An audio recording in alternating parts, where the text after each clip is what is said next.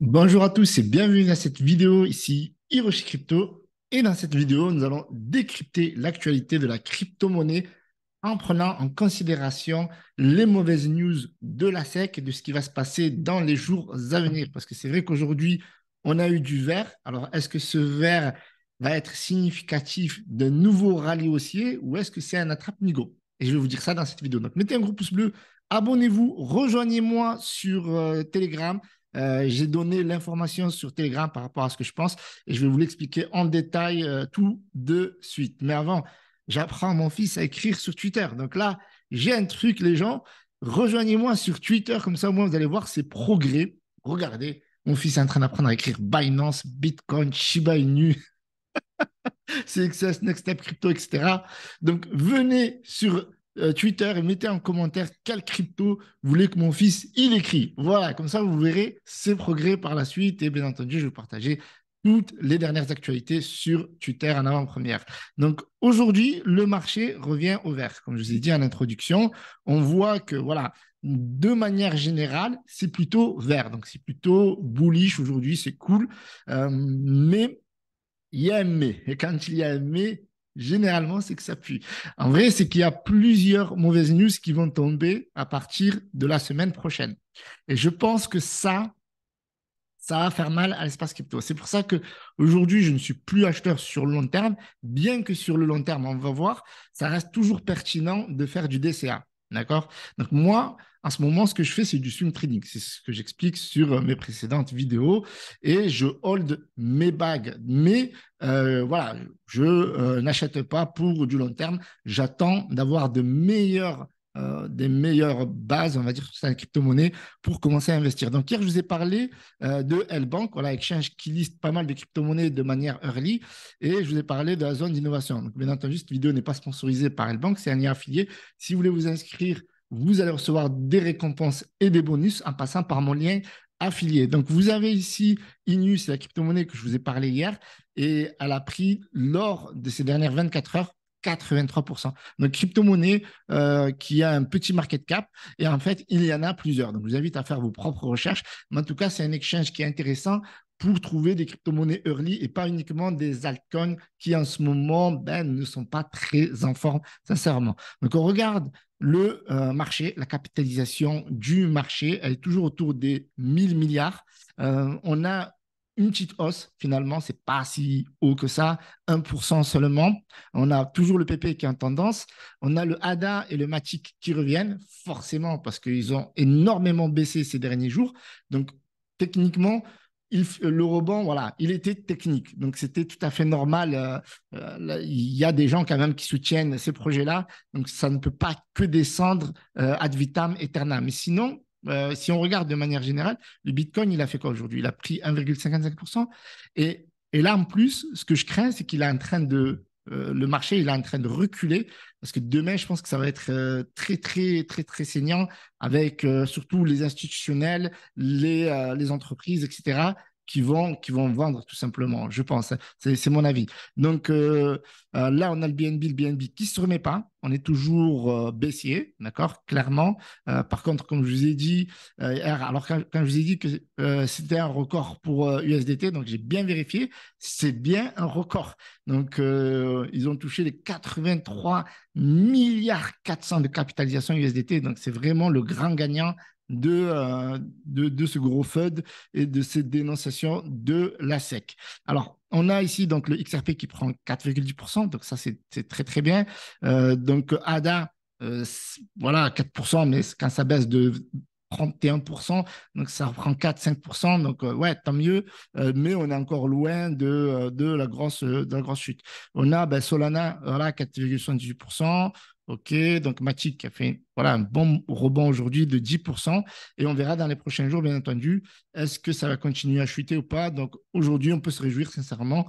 Si vous avez fait du DCA, tant mieux pour vous, parce qu'au moins vous avez pris peut-être du profit également, ou alors vous avez amélioré la valeur du cours de vos tokens. Mais aujourd'hui, franchement, c'était bien.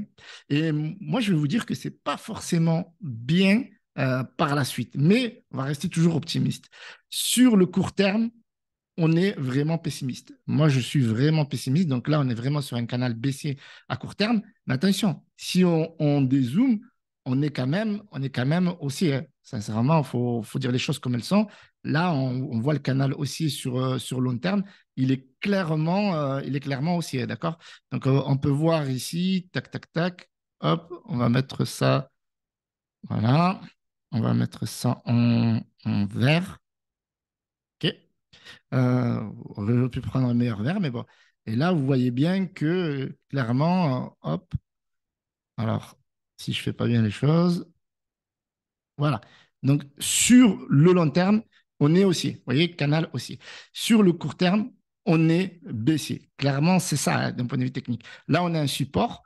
Maintenant, ici, on a un support. Et là, vous allez voir que la limite entre le canal baissier et le haussier, elle n'est pas si grande que ça, parce qu'on a cette fameuse bougie de contrôle ici. Okay, donc, c'est la bougie du mois de mars où ça avait tout explosé. Et vous voyez que le canal baissier est haussier. Alors, du tout, je ne l'ai même pas fait exprès, mais regardez, hop, se croisent ici, autour de cette bougie-là. Et vous voyez que cette bougie-là, elle nous amène autour des 25 000, ouais, 25 043. Donc, si on casse cette bougie, et si on va chercher même le plus bas de la bougie avec la mèche, on va être autour des 24 908. Voilà. Donc, moi, j'ai bien aimé le croisement parce que voilà, c'est assez significatif. Si on casse les 25 000 vers le bas, en clair, c'est ça que ça veut dire. On plonge de manière baissière et notre prochain gros support, il va se retrouver autour des 21 283 dollars. Donc, vous voyez qu'à court terme, je suis vraiment pessimiste. Sur le long terme, je reste optimiste, mais si ça continue de baisser, on va rechercher notre support autour des 21 200, donc à voir. Maintenant, regardez ce qui se passe ici. Il y a des choses qui se passent. Donc là, voilà, les Américains veulent empêcher Binance d'exercer. Donc, ils vont bloquer les assets au niveau du dollar. Donc, aujourd'hui, les banques, elles vont couper les vivres en dollars à Binance. OK? Donc, Binance a quelques jours, voilà, à quelques jours pour voilà, prévenir les clients, etc. Parce qu'à partir du 13 juin, donc vous voyez, donc aujourd'hui nous sommes le 11, donc nous sommes dimanche 11, nous sommes dimanche. Oui, je bosse le dimanche, les gens, là, ça ne mérite pas un pouce bleu, ça.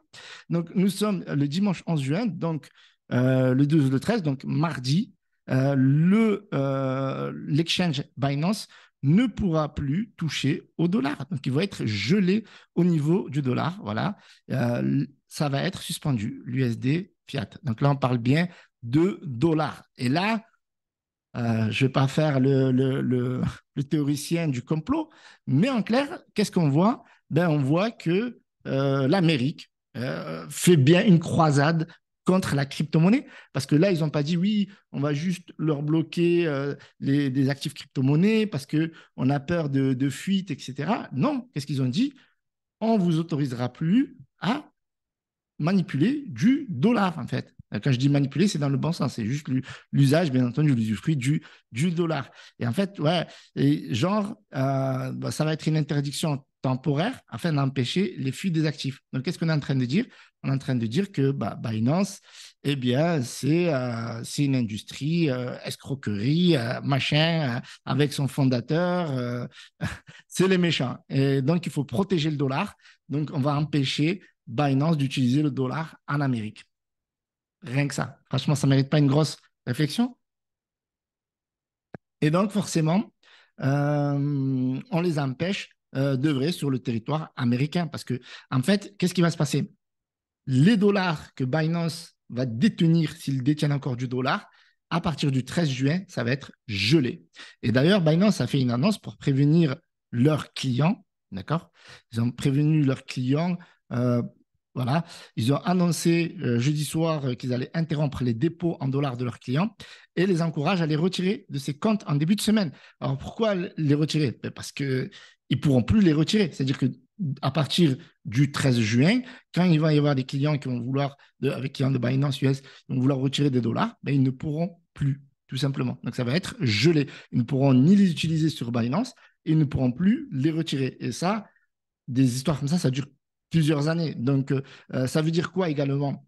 Ça veut dire que Binance à partir du 13 juin, sera interdit d'exercer aux États-Unis avec le dollar. Donc, ils pourront toujours, avec les crypto-monnaies, c'est-à-dire que les gens pourront toujours faire des échanges de crypto-monnaies, c'est-à-dire, par exemple, vous avez un wallet MetaMask, vous avez du Bitcoin, ben, vous pourrez envoyer ça sur Binance US si vous avez envie de trader votre Bitcoin. Par contre, vous ne pourrez plus envoyer vos dollars par virement ou par carte bancaire sur Binance parce que les banques elles vont couper court. Voilà, les banques sont OK, ils ont dit oui, nous, t'inquiète pas, Gary Gensler, on est avec toi, il n'y a pas de souci. Donc ça, vraiment, c'est un très, très coup dur, non seulement pour Binance, mais aussi ça risque de tomber pour les autres exchanges. La preuve, c'est que Robinhood, pour éviter ça, en fait, pour éviter ça, en clair, qu'est-ce qu'ils ont fait? Ben, au début, ils avaient mené une réflexion en disant on risque de délister certaines crypto-monnaies comme le Sol, comme Matic ou encore ADA. Et puis, ils ont dit, ben, OK, on va le faire. Nous révisons régulièrement les crypto-monnaies que nous offrons sur Robinhood. Sur la base de notre dernier examen, nous avons décidé de mettre fin au soutien de Cardano, ADA, Polygon, Matic et Solana, Sol. Donc, à partir du 27 juin 2023 à 6h59 p.m., eh bien, aucune autre pièce n'est affectée. Enfin, ce ne sera plus possible de trader sur ces crypto-monnaies-là. Elles seront complètement délistées. Et là, c'est clair et net.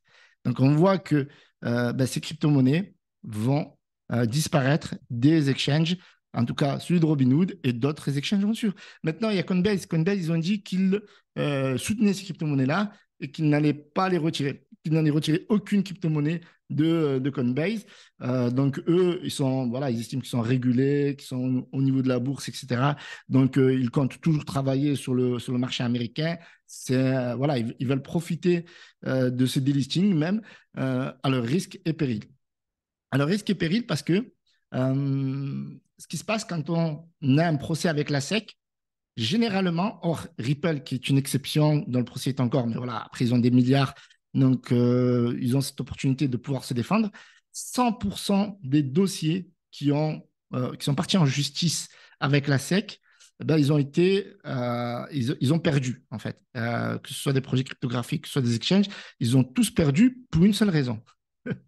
C'est pas la cause, c'est l'argent. C'est-à-dire qu'ils arrivaient au bout d'un moment où ils n'avaient plus d'argent pour payer leur avocat. Et la plupart de ces projets-là ont fait faillite ou alors ont quitté les États-Unis en payant une amende.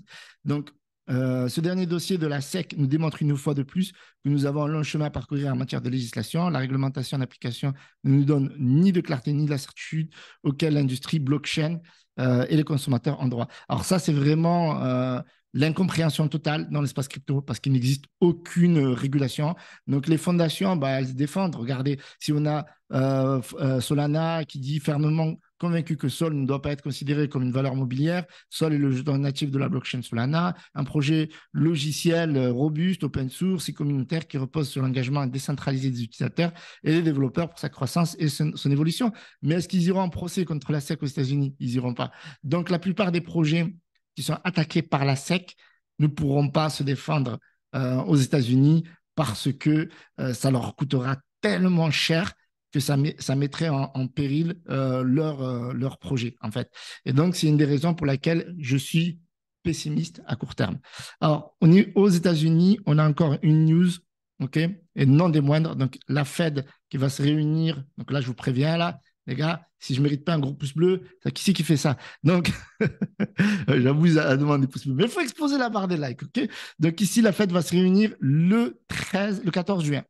13-14 juin, donc 14 juin à 20h, réunion de la Fed. Et donc là, il va peut-être y avoir soit une hausse des taux d'intérêt, parce qu'on voit ici, par exemple, de chaque hausse, on voit les différentes hausses qu'il y a eu au niveau, c'est parti vraiment, voilà, c'est parti du 16 mars ici. Donc avant, c'était quoi, 0,25, 0,25, 0,5. Au début, voilà, on était déflationniste, maintenant on est inflationniste, donc les taux d'intérêt n'arrêtent pas d'exploser. Et là, on est autour des 5,25% au 3 mai. Donc il y avait une petite augmentation. Maintenant, on va voir qu'est-ce qu'ils vont faire. Est-ce que ça va augmenter? Est-ce que ça ne va pas augmenter? Est-ce que ça va reculer? Et donc, si la Fed décide d'augmenter les taux d'intérêt, et ça pourrait le faire, en plus, ce qui est incroyable, c'est que regardez le parallèle, Binance ne sera plus autorisé à utiliser le dollar aux États-Unis à compter du 13 juin, d'accord? Et le 14 juin, il y a la réunion de la Fed. C'est pas bien calculé, ça, les enfoirés. Dites-moi ce que vous en pensez dans les commentaires. J'espère que vous avez kiffé. N'oubliez pas de me rejoindre sur Twitter, Telegram. Donc, pessimiste à court terme, optimiste sur long terme. C'est ça ma vision aujourd'hui. Donc, j'investis pas. Je spécule sur des crypto-monnaies avec des petites market cap sur L-Bank. Si vous voulez passer par mon lien affilié, ça nous récompensera. Le lien est dans la description. Je vous remercie d'avoir visionné cette vidéo. Salut à tous, c'était Hiroshi.